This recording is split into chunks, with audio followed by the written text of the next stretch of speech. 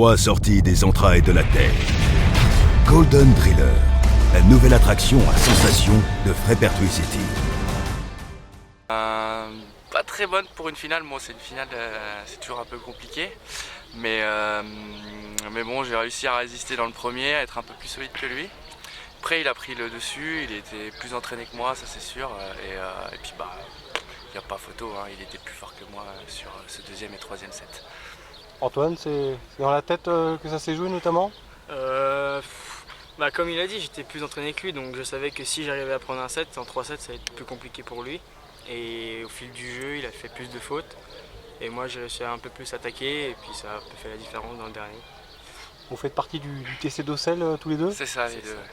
C'est ça, notre tennis club, un petit tennis club de 150 adhérents à peu près, situé entre Épinal et Gérardmer. Petit club, mais bonne ambiance, très très bonne ambiance. Bon Hugo, toi tu te destinais au professionnalisme et ça n'a pas marché, c'est ça? Rappelle-nous un peu ton parcours.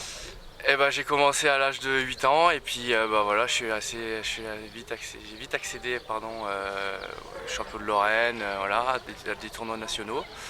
Je faisais partie de 12 à 18 ans des 5 meilleurs français de ma catégorie.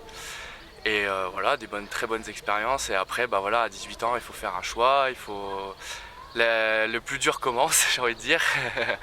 Et donc voilà, j'ai fait une saison pas assez compliquée à 18 ans qui m'a mis un peu dans le flou.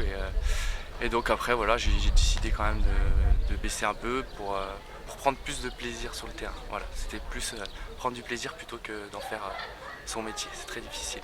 Donc tu as repris la compétition depuis peu? J'ai repris la compétition parce que je me suis réentraîné un peu avec Antoine, voilà, mais tout en restant avec cette philosophie de plaisir sur le terrain. Et ça a bien marché depuis le début de la saison. Là, avec un petit pépin de santé, c'est plus compliqué à revenir, mais je sais que ça va revenir, ça va bien revenir. Voilà. Antoine, vous êtes des compagnons d'entraînement notamment alors? Oui, c'est ça. Vous connaissez par cœur quoi? Oui. Alors moi je suis son préparateur physique et aussi son sparring partner, donc on joue quasiment tout le temps. C'est plus lui qui me connaît. Il sait exactement où je vais mettre la balle, moi je suis un attaquant. Et j'arrive pas à trouver la solution pour l'embêter. J'ai l'impression qu'ils sont 10 sur le terrain. Il est tout le temps présent sur la balle, impossible à déborder. Donc oui, on se connaît très bien, très bien. Antoine, quels sont tes points forts? Contre Hugo ou en général? En général. Plutôt le physique. Après cette année j'ai eu un peu de mal, je me suis blessé et j'arrivais moins à me libérer en match avec un peu moins de plaisir, donc du coup cette année c'était un peu plus compliqué. Mais normalement c'est quand je suis bon en contre, bon contreur et puis en défense très solide. Quelles sont tes ambitions, toi qui es bien encadré alors?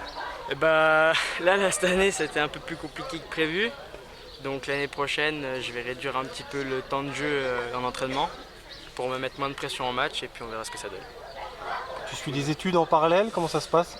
J'ai un peu mis les études entre parenthèses pour faire plus de tennis, mais j'ai à côté un CAP cuisine que je fais pour au cas où reprendre le restaurant de mon père. Et donc voilà. Bon, il y a quand même du travail à faire. Sur quel point tu peux t'améliorer? Surtout le mental, où il faut que j'arrive à trouver le déclic pour jouer comme je joue à l'entraînement, où j'ai du mal, j'arrive pas. Tu confirmes Hugo? Je confirme qu'à l'entraînement, c'est pas du tout le même joueur qu'en match. C'est un déclic à avoir. On a déjà cette année, on a essayé pas mal de choses, prépa mentale, lui mettre des claques, être gentil avec lui. On a tout essayé et on va continuer pour essayer de trouver la chose qui marche chez lui. Parce que le jeu, il l'a 100 fois, il n'y a pas de souci. C'est juste la gestion du match. La gestion du match est très très importante à ce niveau-là, plus que le jeu en soi. Et c'est ça qui doit travailler. Ouais, Antoine, tu peux sortir du match sur des petites colères, c'est ton point faible? Là, surtout avec l'arbitre, c'était assez compliqué, mais je m'en sors bien. Il a fait quand même pas mal de doubles et ça m'a remis dedans. Il m'a bien aidé sur le deuxième set où il est devant. Bon, enfin, est-ce qu'il y a un petit objectif, Antoine, de disputer des grands tournois? L'année prochaine, Est-ce que tu peux disputer les juniors, je sais pas, à Roland-Garros ou ailleurs? C'est compliqué là, les juniors ils sont vraiment devant. Après l'année prochaine, on va essayer de faire plus de futurs pour voir ce que ça donne sur le gros circuit, un peu, enfin le gros des petits. Toi Hugo, tu as déjà disputé des tournois Challenger Oui, moi j'ai déjà fait, je me suis arrêté là. C'est vraiment compliqué, c'est vraiment une vie très compliquée, beaucoup de voyages, beaucoup de solitude, mais c'est des expériences à vivre, vraiment des expériences à vivre, c'est ce que je souhaite, vraiment voilà, de garder des bons souvenirs et puis de se donner à fond, quoi, parce que là c'est vraiment l'univers des morts de faim, quoi. Voilà. S'investir à 100%, quoi. Ah ouais, là si tu t'investis pas à 100% à ce niveau-là, tout de suite tu le vois dans tes résultats, quoi. Y a pas de place pour les à côté, quoi. Ah bah là, non, là il n'y a pas de place pour les faibles à ce moment-là. Voilà.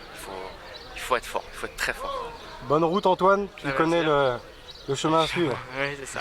Merci. Merci.